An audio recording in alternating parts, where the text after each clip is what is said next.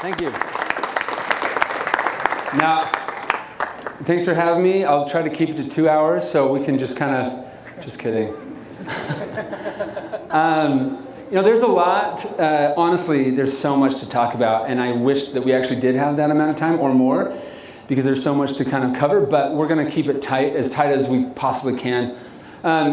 Just kind of like set the tone, because one of the number one questions people ask me when they find out, what I do is why? How did this come to be? I remember when I was working with a lot of the guys that were mentioned earlier, at the creative agency here in Logan. I remember telling my wife that I had this little side nonprofit thing that I wanted to do to kind of help educate young people particularly, and we had just gotten married, and she thought she had married this kind of agency guy, and that's the life she's going to have. And I said, hey, why don't I start a nonprofit to educate young people on harmful effects of pornography? And she's like, let's think about this for a second, slow down. Are you sure about that? I think she had a little more foresight, because, we'll be at an airport and somebody will come up, loud in front of other people and say, hey, aren't you the porn guy? And I'm like, let's rephrase. I was actually doing a presentation up in British Columbia, and the woman that was introducing me, this is in front of 2,000 teenagers, in high school, and she was introducing me, and she's like, and we're excited to have Clay Olsen here. He's a celebrity in the porn industry. Please welcome him in. And I was off stage going, no, I'm not going out. No. Anyway, so it's not like the kind of a thing that you think about, like, I want to do that when I'm older. Like, it's kind of, I stumbled into this partly because of one of my cousins who was older than I struggled with pornography to such a degree that eventually led him to need more often, in a more extreme version that led him to act out in ways that were both inappropriate and very illegal.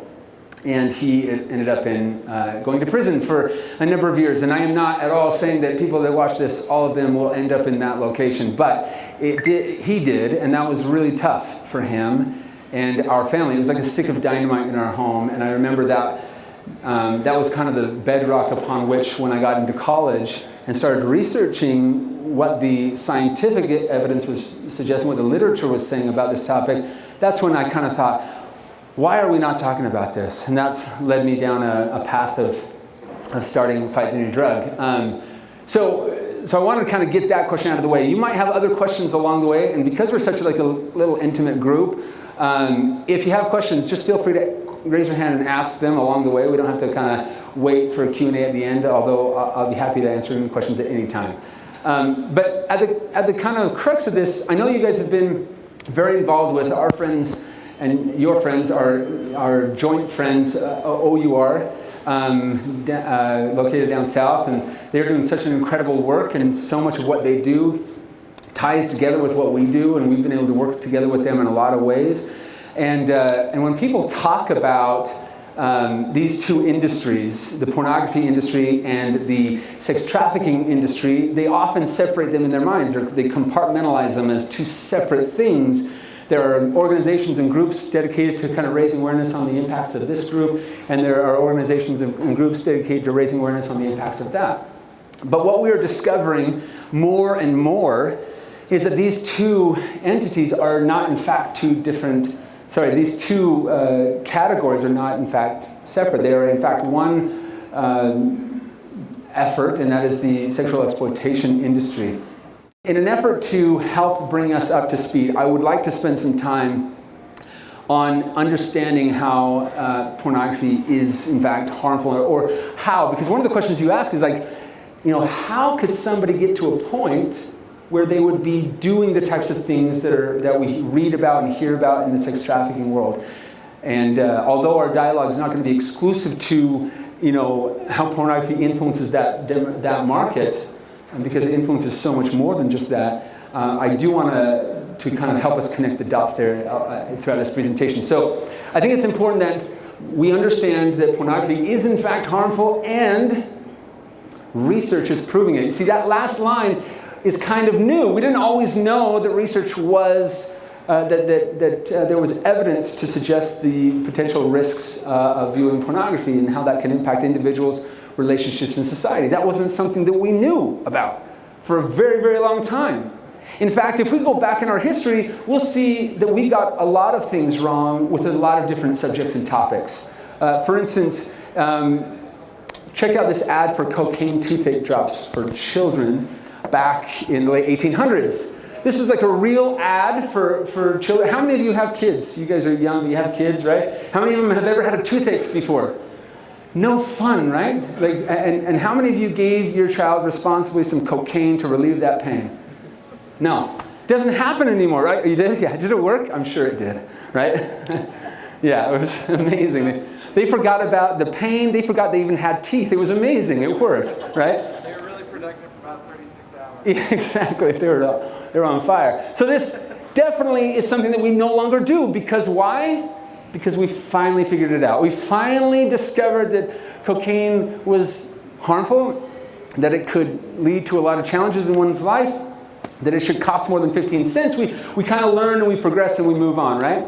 It happened again in our society where we learned, this is an ad for alcohol for new mothers. So mothers with newborn babies, telling them that they should drink more alcohol so that the benefits would pass through their body and onto the nursing child.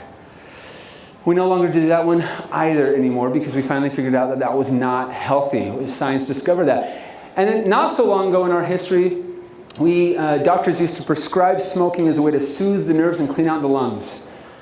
And of course, a third grader could tell us otherwise today, but back then these were serious questions or serious debates. These were serious ads. We as a society did not know the harms of these things, and so they permeated our culture, and they were pretty available and easily accessible.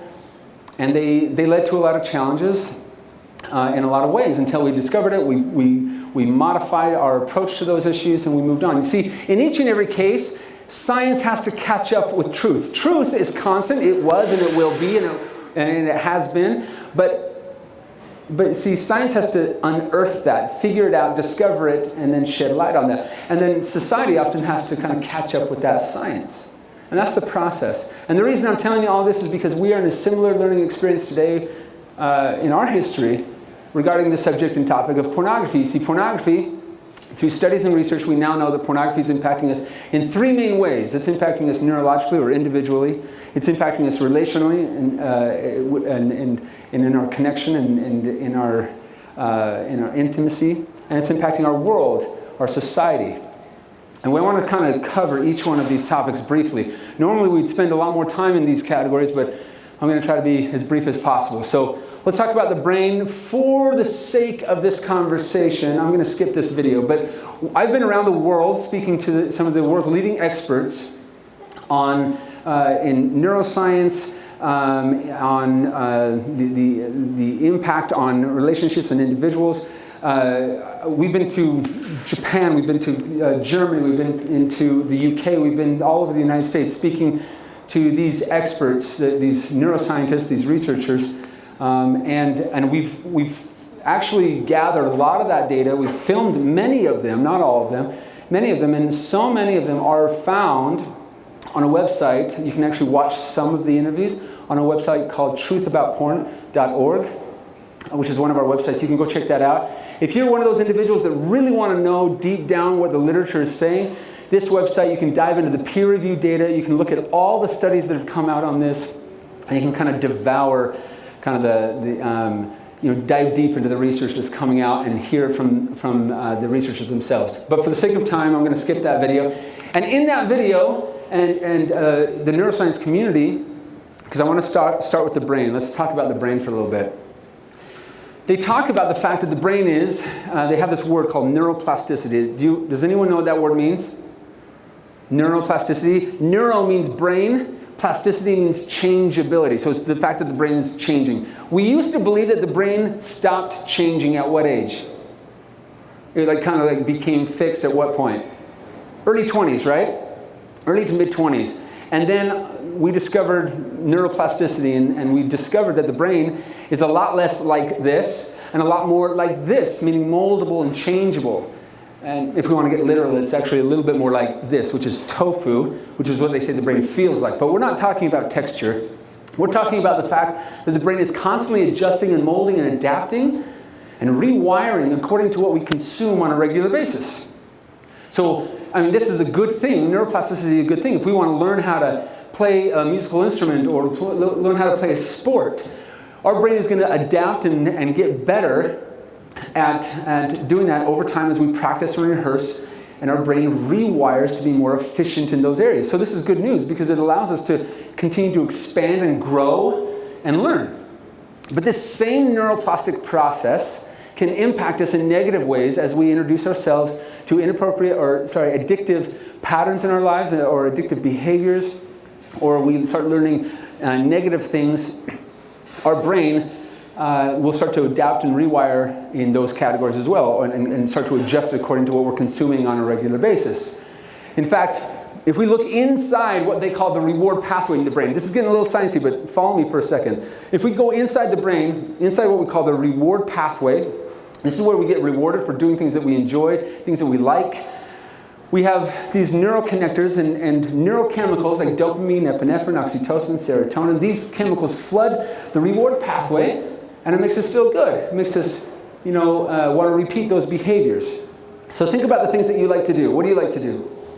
Read. You like to read. So when you're reading, pleasure chemicals like dopamine are released in between these neuroconnectors, and it makes you feel good, and it makes you want to repeat that behavior. What do you like to do? Ballet dance? Ballet dance. So when you're ballet dancing, pleasure chemicals are released and it makes you feel good. This is amazing, right? So the point is that when it comes to the brain is kind of responding to what we participate in, what we consume on a regular basis. Now, that, like I said, that same process can move us in a negative direction. If I go back to this slide here, the part of the brain that is impacted most by addiction or negative behaviors, the part of the brain is this frontal area called the prefrontal cortex, or the frontal lobes, right here. And this is the decision-making area of the brain. And do you know who did this animation actually years ago? Scott Hildo back there. Let's give Scott a round of applause. Well done.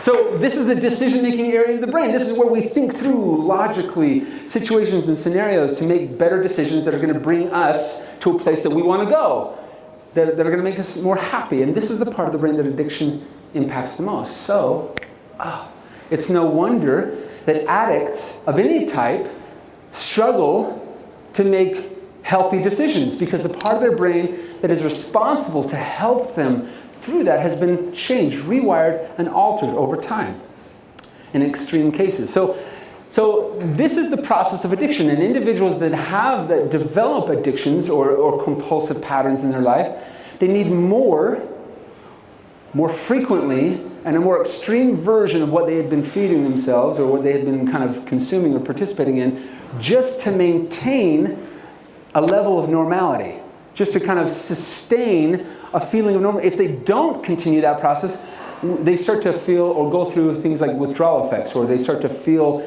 kind of adjustments that are uncomfortable, and they want to kind of cope with those challenges by returning to those behaviors that are kind of negatively impacting their brain.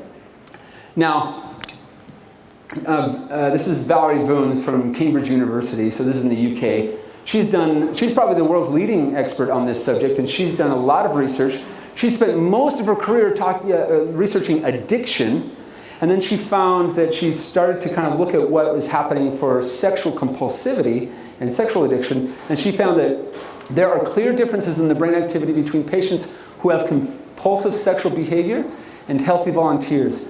These differences mirror those of drug addicts. So bottom line is that individuals that consume pornography on a regular basis, and as the compulsions start to amplify, and over time, perhaps in some cases develop addictive behaviors, the brain scans of those individuals mirror those of addicts to other issues, other challenges, other drug addictions. So what we're learning is that when it comes to the brain, addiction is addiction is addiction. Now this is important to understand, this foundation of knowledge around this. And we're seeing this with other behavioral addictions as well, where we already know this literature. It's well established for gambling and other things. And pornography is something that has come over the last decade. And it's an important kind of bedrock to be able to understand where we're going from here and how this connects to some of the other issues we want to talk about. For time's sake, I might skip this video as well. This is a friend of ours from Arizona who struggled himself, his own story, and he overcame that and kind of was able to talk about that. That video is found on fightthenewdrug.org if you'd like to go check that out. I do want to mention, in fact there's some flyers back there about this. If you or somebody you know is struggling with this, there are a lot of resources, a lot of support and help, more now than ever before, partly due to the fact that we understand the issue so much better today than we've ever understood it. And there are individuals that specialize in supporting individuals to overcome this. There are resources like Fortify that kind of walk along, kind of assist individuals on that journey. And it's a powerful tool. 200,000 people in 155 countries have started using this tool. If you or somebody you know is struggling with it, be aware of this option. It's a web and mobile app, and it is free for teens as well as adults. There's a free version for both. So check it out if that's something that you want to be aware of. So we talked about the brain a little bit. Let's talk about the heart, where the rubber hits the road, relationships. What we're learning is that today, through the research, is that pornography can impact what we love, how much we love, how we think about those we love, and how we even express love. Now, I want to kind of walk through each one of those real quick. So when it comes to what we love, how it impacts what we love, a researcher, Norman Deutsch, in his book, The Brain That Changes Itself, and I just skipped that, let me go back to that. The Brain That Changes Itself, he said this. There we go.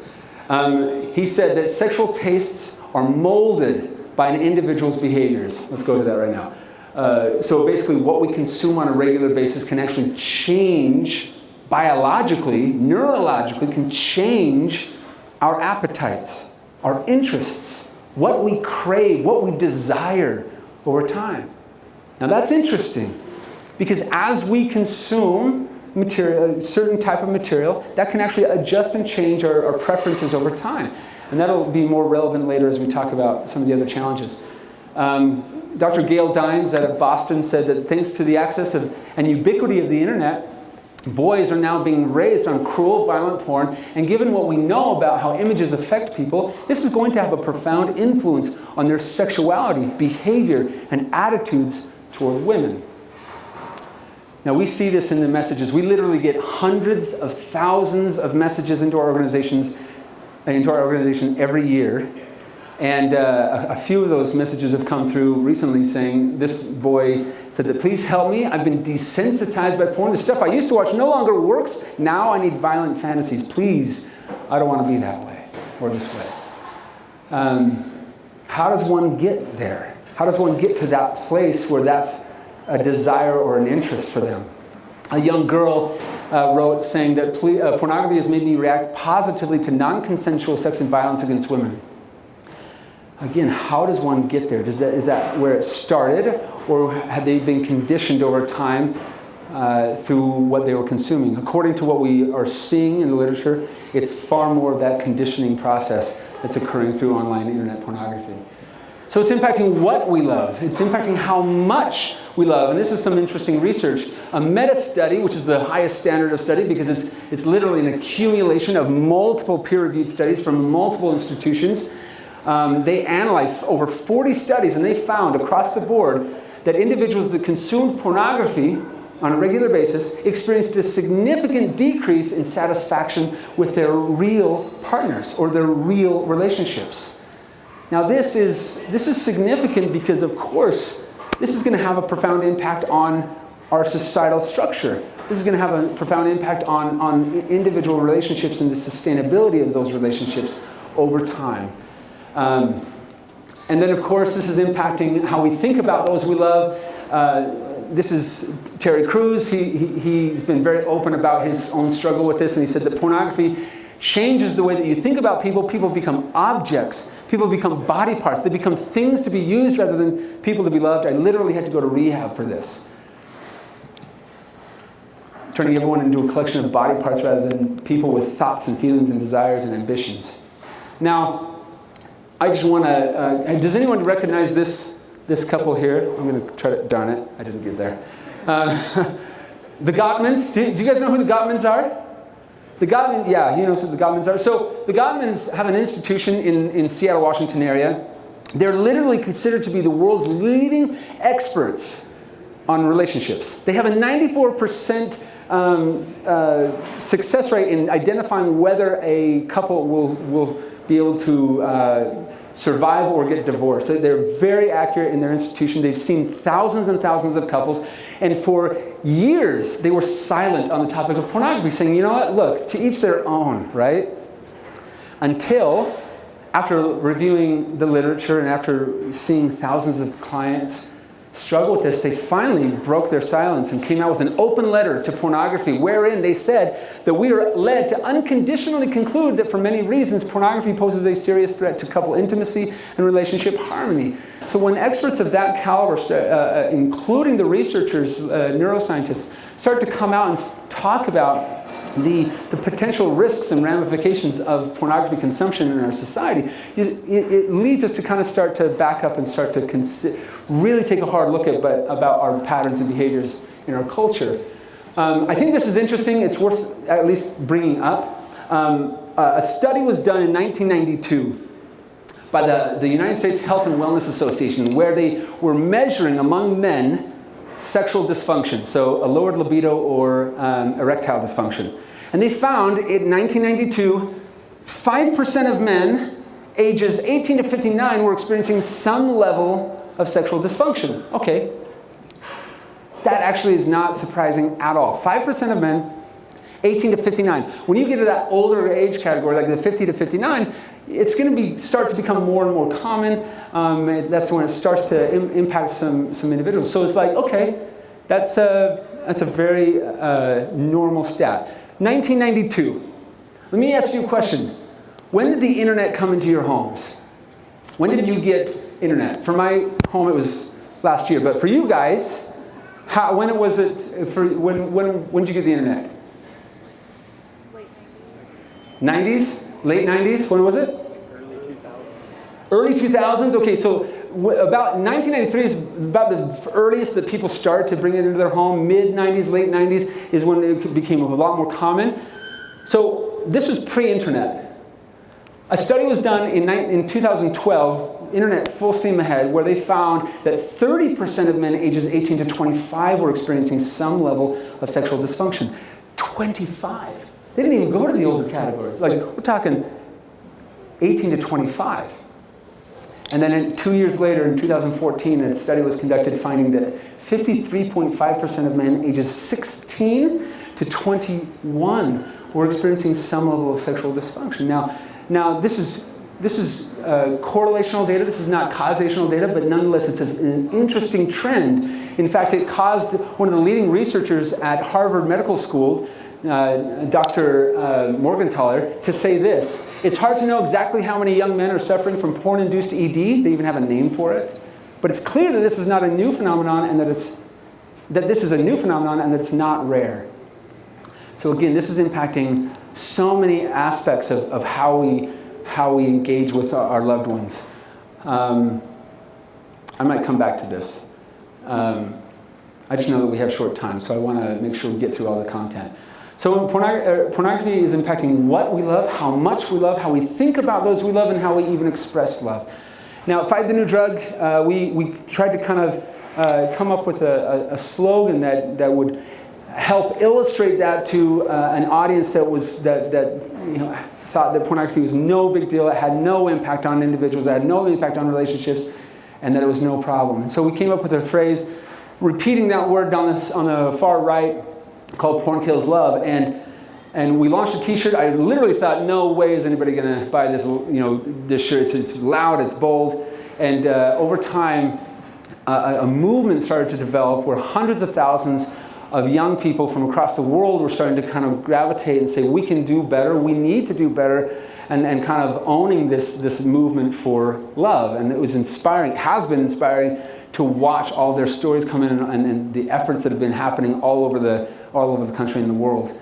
And ultimately, when I think about my own fight, my own fight for love, it comes back to those most important relationships. It comes back to my wife, my family, my daughters, and now, actually, this is an outdated picture. I have a little girl. She's literally 9 weeks old, Haven over there. So my whole world is up here on that screen.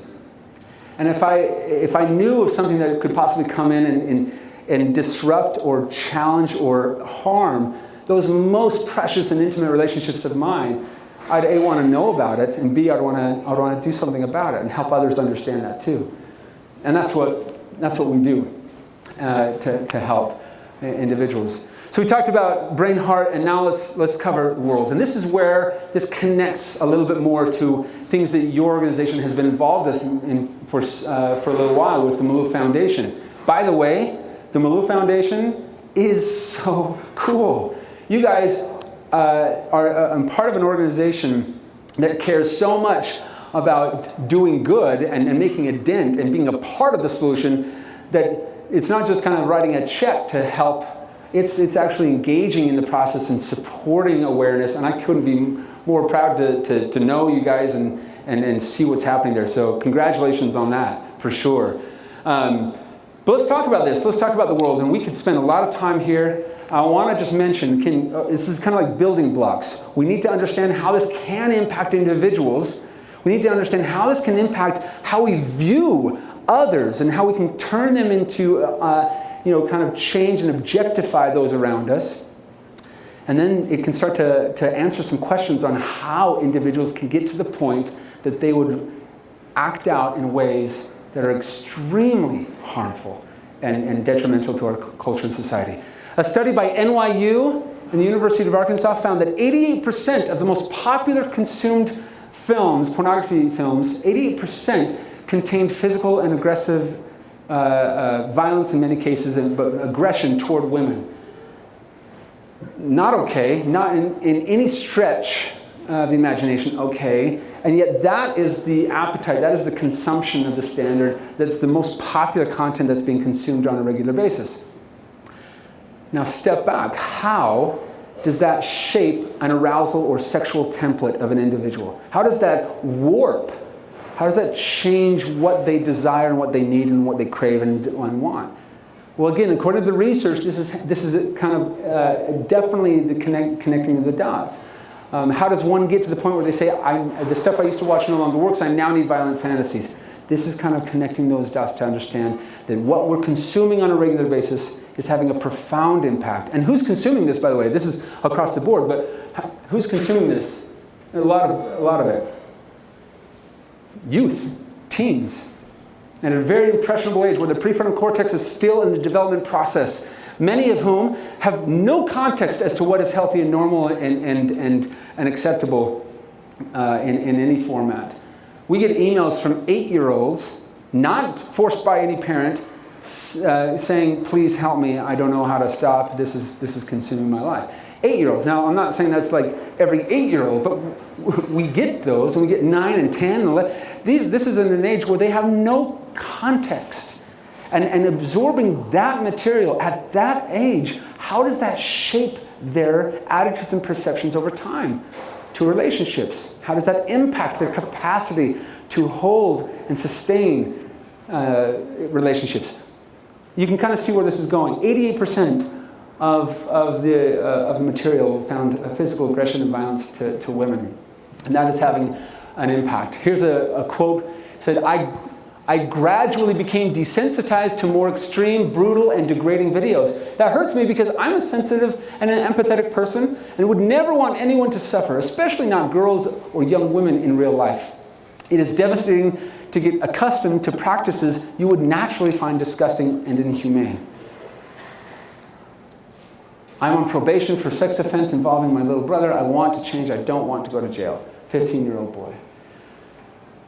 some studies that were conducted by the Men and Masculinity Studies that found that 50% of young boys contemplated molesting girls after watching pornography, and 70% of young boys thought about touching a girl without consent after watching pornography. Now this is, take those two stats that we just read, and then what is the commonality between what we see up here on the screen right now? What do these men currently represent? And there's so many more. What's that? Yeah. Thousands of Me too. women are using 2 words on social media. It's hashtag #MeToo. The Me Too movement, it is growing this morning, too. #MeToo. A new ABC News Washington Post poll revealing an estimated 33 million American women have been sexually harassed. And these personal stories are just the tip of the iceberg. About 1,000 women in entertainment are behind this new movement. Hollywood stars are joining women everywhere to send a message. The time for sexual harassment in the workplace is up. Many of the websites that people visit on a regular basis literally brag about the very things that we're starting to wake up to in corporate America, kind of recognizing that it's not okay to engage in those types of behaviors. The lines of consent and the understanding about desire is shaping a lot, and we're starting to see the manifestations of that, and we're starting to see a movement grow that's saying no more, not okay. I'm not okay with that. And I know, I'm going to show this short clip. I know you know Tim Ballard and his organization, and they are very aware of how this is influencing trafficking. I want you to show this short clip here. What kind of demand justifies that number, 2 million kids? That's a lot of sick, twisted pedophiles. Jared Fogle arrived here at the federal courthouse this morning. He had nothing to say. He is pleading guilty to conspiracy for receiving and distributing child pornography and also traveling out of state to engage in commercial sex acts with minors. These guys want 10-year-olds, 11-year-olds. That's what they want. The answer to this question is not popular. People don't want me to say it. They don't want to talk about it. But what is happening in this country, especially in this country, the United States is the highest consumer of child pornography, or what I call child rape videos, because that's what they are. And it's the Western world. Sheriff's Office, we have search warrant. The highest consumers, it's us. I'm Jim Cancer. You're talking about your computer, okay? And this is why. They're sex addicts. Their minds are twisted and sick to want this. I've interrogated dozens and dozens and dozens of these guys over the last 16 years that I've been working in this field. Sure. No one wants to accept what it is. They don't want to believe it. How did you get here? Why do you want this? Why do you want kids? And they all have the same story. I picked up a Playboy magazine when I was 12 years old. And then I got into more hardcore, and then more hardcore. And then the internet came along in my 30s. And oh my gosh, like I could just, with a click of the mouse, I could see anything I wanted. And then the stuff that I had enjoyed since I was a teenager started to wear off. I wasn't getting the fix. I wasn't getting the feeling that I used to get when I was just watching an adult man and an adult woman have sex. Barely legal. That's when I started searching into the queue, to the Google string. Well, that's not doing it for me anymore. Okay, 16. I'm gonna stop there. I'm gonna stop at 16 and see what happens. All of a sudden, they're at 10. They're at 9. They're at 8. They're at 7. And you think you can find this stuff online? Absolutely. And that's what's creating this demand. That's why Johns get on an airplane and fly to Haiti and Colombia and Thailand, because pretty soon the child porn isn't doing it for them, and they need the child. This is why there's 2 million children forced into commercial sex trade today. Now, obviously, we're kind of leaning into this side of the equation, this side of the discussion more than some of these other categories that we could discuss and other pieces of this puzzle that we could discuss because of the relevancy to what you're doing and your connection with this cause. This is a huge challenge. You know, when it comes to discovering that young children are being used to create sneakers in countries. We make decisions as a society based on that information. We make decisions to avoid and to boycott brands and whatnot so that we don't support those types of things happening. And yet we refuse as a culture to have this discussion on this topic. It's time that we had that conversation. We have had women email us, one woman in particular emailed us saying that there was a gun off camera pointed at her head, telling her that if she didn't make it look enjoyable, that she was agreeing to it, that she liked it, that they would kill her. We had another woman tell us that during her trafficked years, the primary purpose of her trafficking was to produce this content so that individuals at their home can consume it, assuming that that was a career decision, they chose that. They wanted that. Now, of course, there are people in that industry that did make that choice. But when we look at the definition of trafficking, force, fraud, or coercion for monetary gain, we start to understand that the pornography industry and the sex trafficking industry are, in fact, one industry. And it is the sexual exploitation industry. And we cannot close our eyes to the fact that if we are serious about addressing the subject of trafficking in our culture, if that's something that we really want to have an influence on, we cannot fully engage in that solution without addressing our appetite for pornography or what we are consuming as a culture and a society. Now, this content, as we've discussed, is more harmful and more challenging than any other time in human history. This generation rising up today, what we're experiencing now in our culture, we're dealing with this to an intensity and scale no generation in the history of the world has ever seen, ever. It is a new challenge that is before us, and we need to kind of open our eyes to it and recognize this. This content is more aggressive than any other time in human history, and it shaped our collective attitudes and perceptions, thinking it's fine, it's no big deal, get with the times, get over it.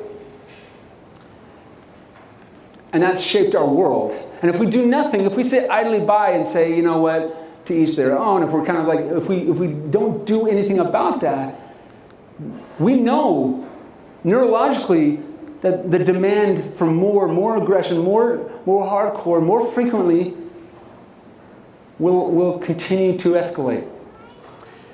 And this cycle will continue to get worse. But I believe, and that's partly why I'm even here today, not to depress you here, and I've effectively done that for some of you, but rather to kind of talk about the hope that is here. But I believe that we can actually make a change on this, that it's actually something we can make a dent in.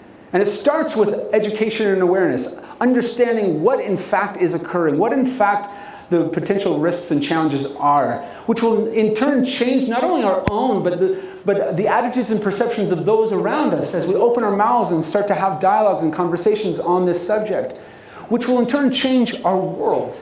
Now I know it sounds grandiose, it sounds like nah, never gonna happen, too hard, but this is not some wouldn't it be cool if, this is something that we're seeing. It's happening in communities and cultures all over the world, and it's inspiring to watch their energy to rise up, use their voice, and change the conversation on this topic to influence a lot of individuals. I'm telling you, it's happening.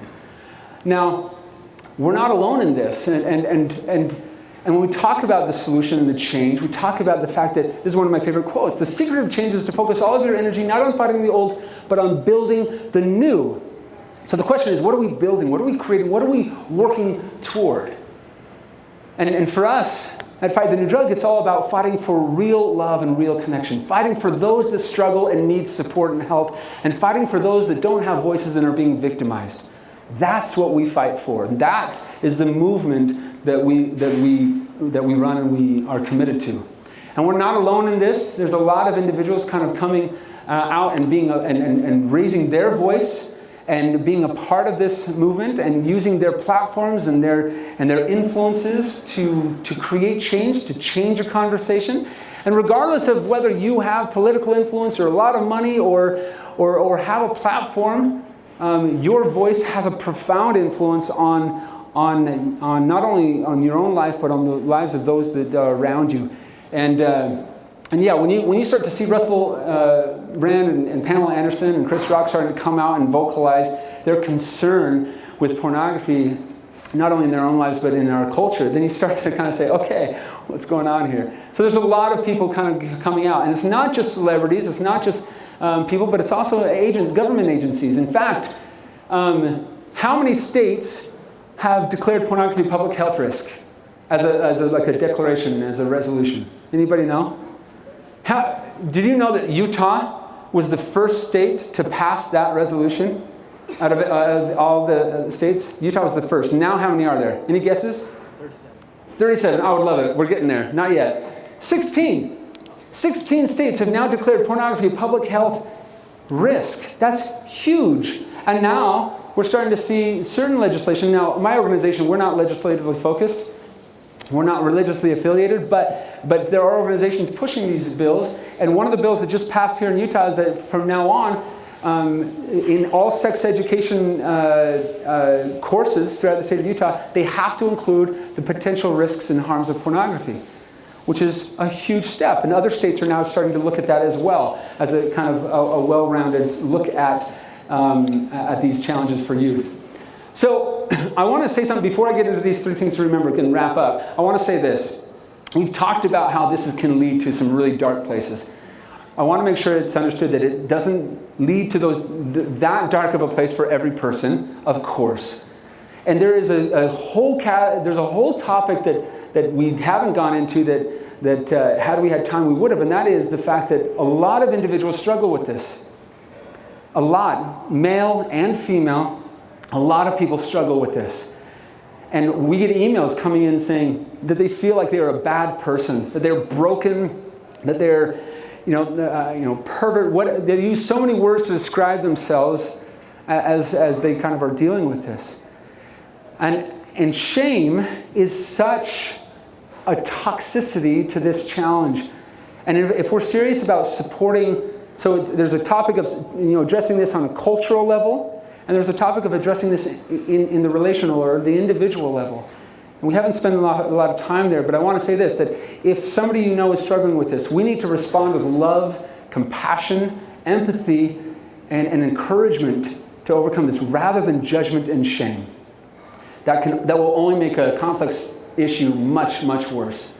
And so as you encounter this in your lives, with your children, with your spouses, with whomever, make sure that we're addressing this in a way that kind of recognizes that we're living in a world where our whole society is pushed with enormous force from behind to struggle in this way. A $97 billion worldwide industry knows what they're doing, and they are targeting us in every way they can to kind of keep that flow going. So we need to respond with compassion and love. I just want to mention that. So before I conclude, here's 3 things I want you to remember.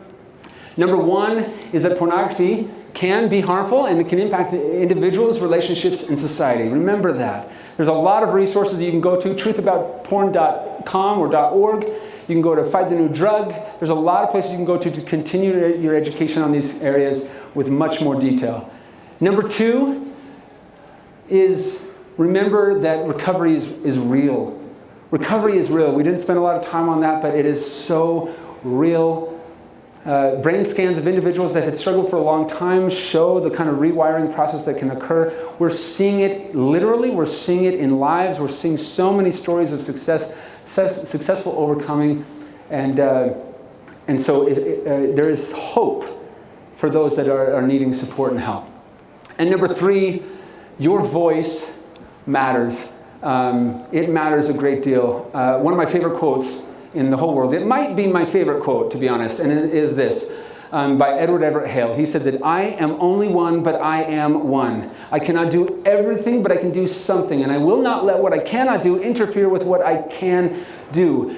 Your organization, Malouf Foundation, Fight the New Drug, we're battling major issues, massive challenges, and it can be extremely exhausting. It can be something that where you feel, you know what, this is way too big. I'm just a grain of sand on the ocean, on the beach.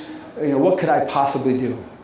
I want you to take that thought, that mentality, and I want you to throw it out the window and never come back to it, because that is not true. We are seeing massive changes occur in individuals' lives on familial levels, on cultural levels, societal levels, and on a global scale by individuals opening their mouths and starting to raise awareness. Collectively, we have an enormous influence. I think that we can make a dent in the trafficking realm. I think that your foundation will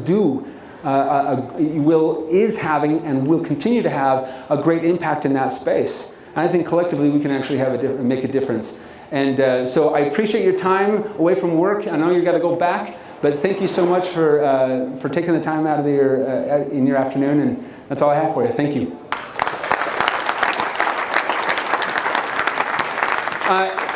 If there are any questions, I'm happy to answer any questions regarding any element of what we talked about. If not, we can conclude it. Does anyone have any questions? Yes? So what would you say, like, just living in Utah, what would you say to somebody who's like, oh, it's just like a religious issue? Like, all the shame is coming from religion. Oh yeah, there's a lot of dialogue around that. And it's interesting because it's more heightened around Utah because there's an assumption that this is religiously kind of anybody that has a religious or belief background to suggest that pornography might be harmful, that's where that stems, and therefore anybody that does not have that same belief system would kind of disagree with that. And it's interesting because as we travel the world, as we travel throughout the United States, having this dialogue, you wouldn't believe the scientific community, the governmental community, individuals that are coming on board and kind of wanting to make a difference in this area. We're talking about people that have religious values and people that are atheists, people that are left politically and people that are right politically, people that are LGBTQ and people that are straight, people that, it literally, this is a public health challenge that we're dealing with, and it really does not, individuals, I'm not saying that you can't have your beliefs influence some of the things that you vote for and whatnot, of course. But this goes so beyond a particular congregation or belief system or a religious value system. It is shared by so many more. And I wish people could see that more. We see it as we go around, but when it comes to the literature coming out, we base ourselves exclusively on the research and science and personal accounts.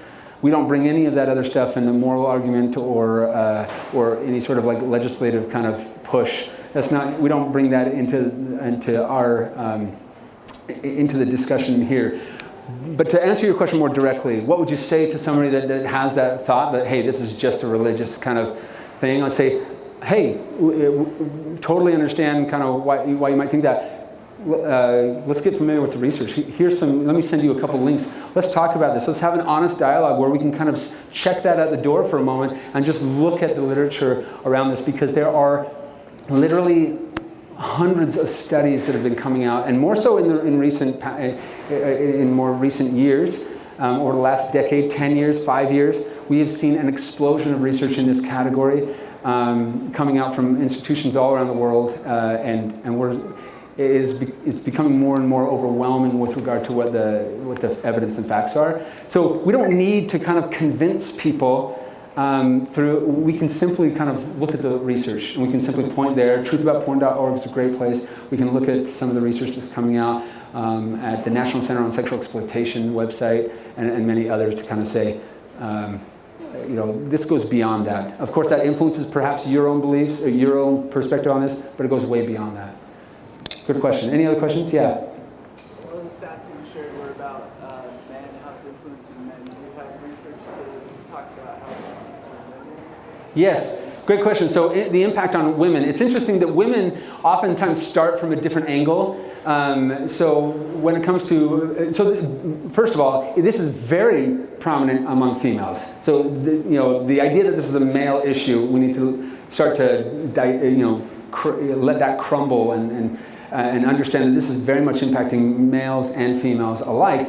It's true that females that struggle with this often kind of enter in through different portals, meaning a lot of times it starts with literature and it kind of starts to evolve over that. What happened about 15 years ago, maybe 20 years ago, is that the industry, about 15 years ago, the industry started to recognize that they were missing out on a massive demographic, females. So they started to produce content that was more story-driven based, more emotionally focused.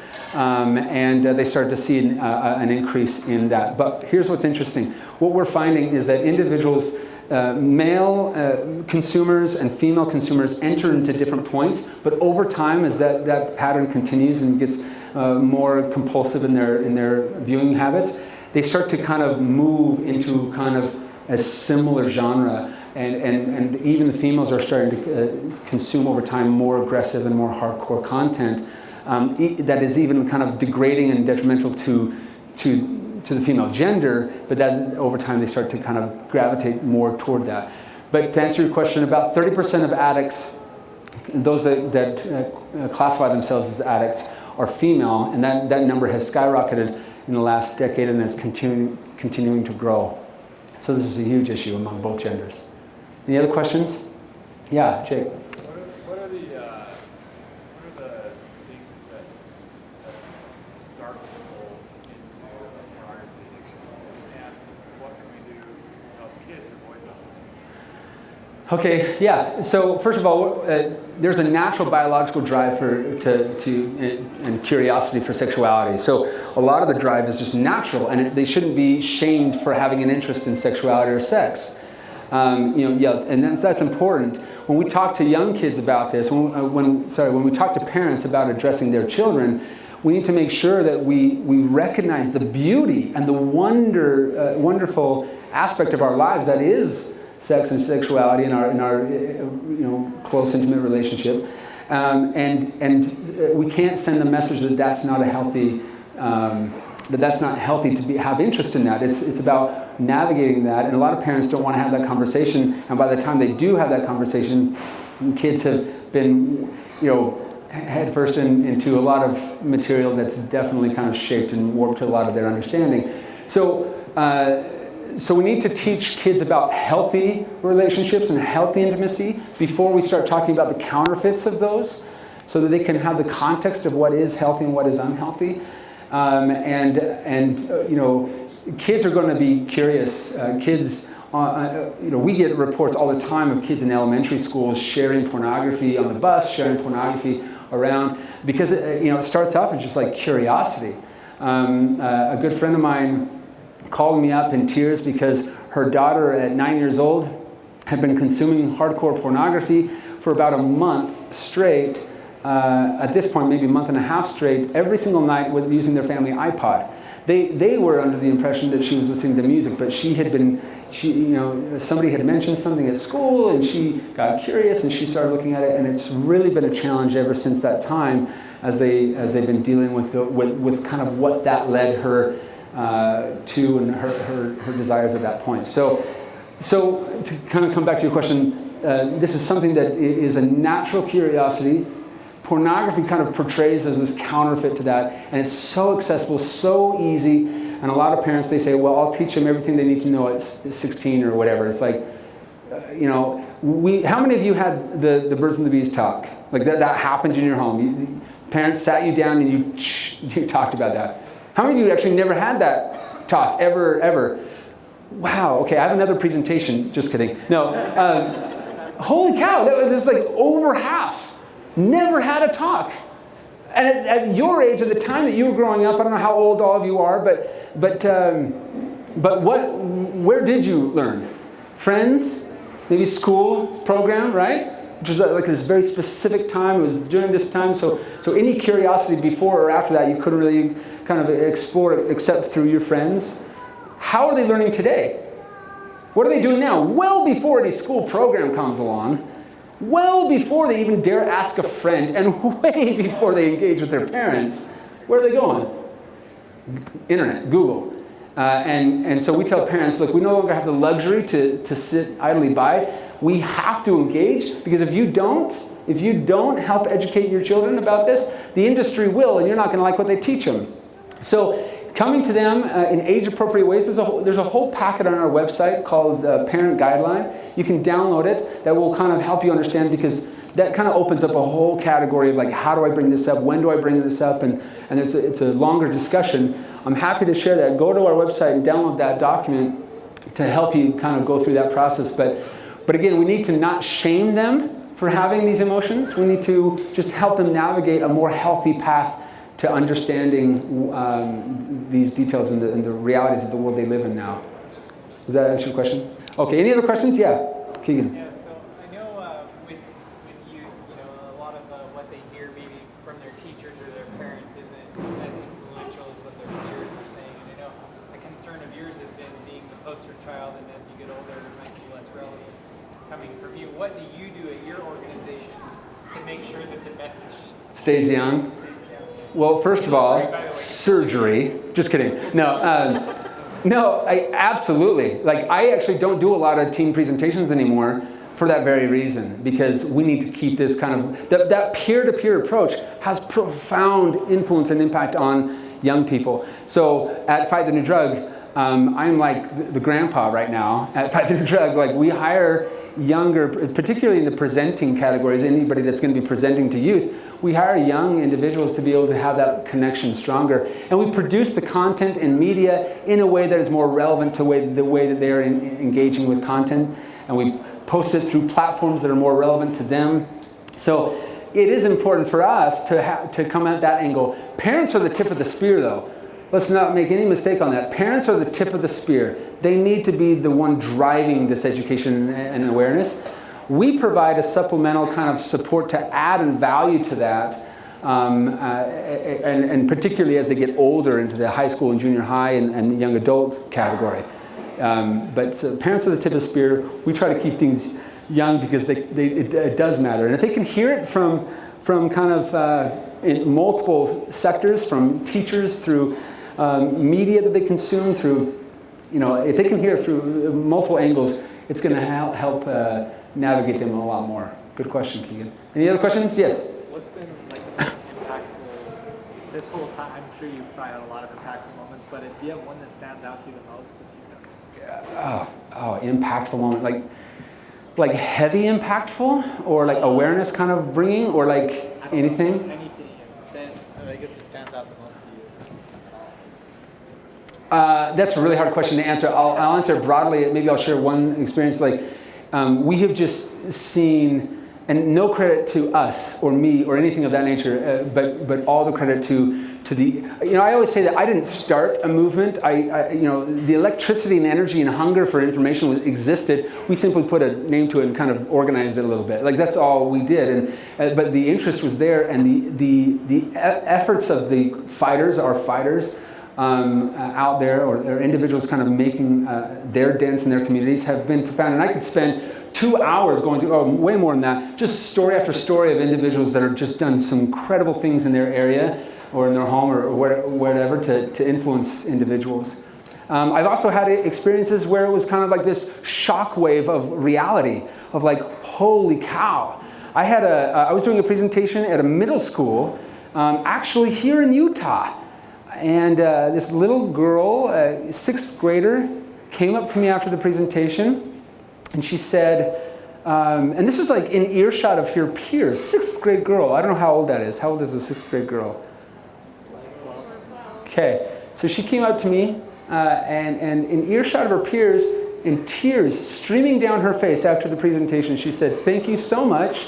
I've been struggling with this for a long time. I didn't know where to turn. And this has given me a lot of hope." And I was like, and I kept my composure in the moment. I said, "Absolutely, high five," kind of like, "Great job." And as I left, I just kind of like broke down. Because I just, I guess I didn't, it became so real to me just how much this is impacting just every corner of our culture and our society. I was doing another presentation. This is a little heavier, but I was doing a presentation in Texas. And a young girl, after the presentation, this is a high school, came up to me afterward and said that wanted to tell me her story. And I said, great. And she said, "I'll wait till everyone leaves." She waited till everyone left, and she began to tell me that she had been sexually abused and raped by her family, her dad, and later her brother, for the last 10 years. It started when she was 5 years old.